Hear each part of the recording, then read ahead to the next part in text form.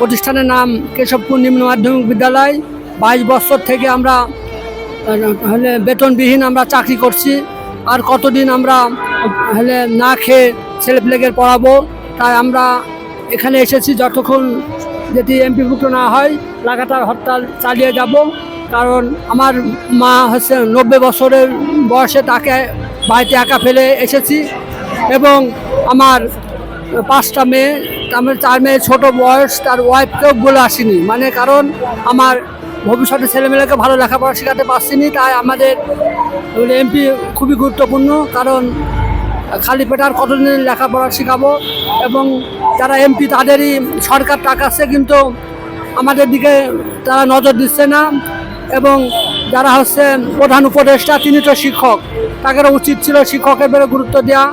কিন্তু বর্তমান শিক্ষামন্ত্রী তিনি একজন শিক্ষক, শিক্ষক জাতির মেরুদণ্ড। যদি শিক্ষককে যদি আমরা গুরুত্ব না দেন, তাহলে আমরা ভবিষ্যৎ কীভাবে ছেলেমেয়েদের লেখাপড়া শেখাবো? Education is the backbone of a nation. শিক্ষাই জাতির মেরুদণ্ড। শিক্ষা ছাড়া কোনো জাতি উন্নতি করতে পারে না। যে জাতি যত শিক্ষিত, সে জাতি তত উন্নত। নেপারল্যান্ড বলেছে যে আমাকে একটা শিক্ষিত মা দাও, আমি একটা শিক্ষিত জাতি দেবো।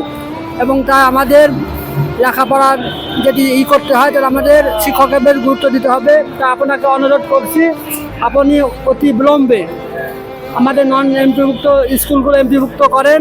যতক্ষণ করবেন না, ততদিন আমরা এখান থেকে লাগাতার হত্যা করবো। আমরা এই ময়দান থেকে যাব না, রাজপথে দরকার জীবন দেবো, তাও আমরা এখান থেকে সরবো না। তাই অনুরোধ করছি অতি বিলম্বে আপনারা আমাদের স্কুলটা নন এমপিভুক্ত স্কুলকে এমপিভুক্ত করেন। এই আশাবাদ ব্যক্ত রেখে আমার বক্তব্য শেষ করছি। আল্লাহ হাফিজ।